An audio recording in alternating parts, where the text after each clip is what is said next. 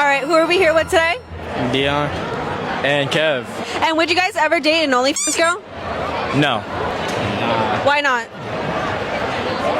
because I'm not gonna have people cracking jokes saying, "Oh, I saw your girl do this." Da da da. I can't deal with that. I get Tama, some tama. girls I like. That's respectable and valid. Yeah, bro.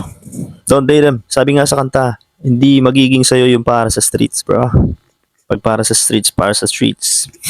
Hindi, not to judge, no? Hindi sa ginajudge natin sila kung paano nila, tawag dito, gusto kumita ng pera sa paanong paraan nila gustong makilala o magayon yung diskarte nila. But I advise do not date this type of women, no? If hindi mo kaya yung mga consequences na pwedeng ibato sa'yo ng tao, yung pwede nilang sabihin, no? Ipunahin.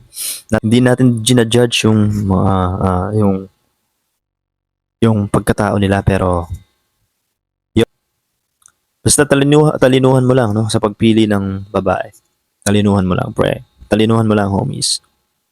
Yun lang. Sayonara.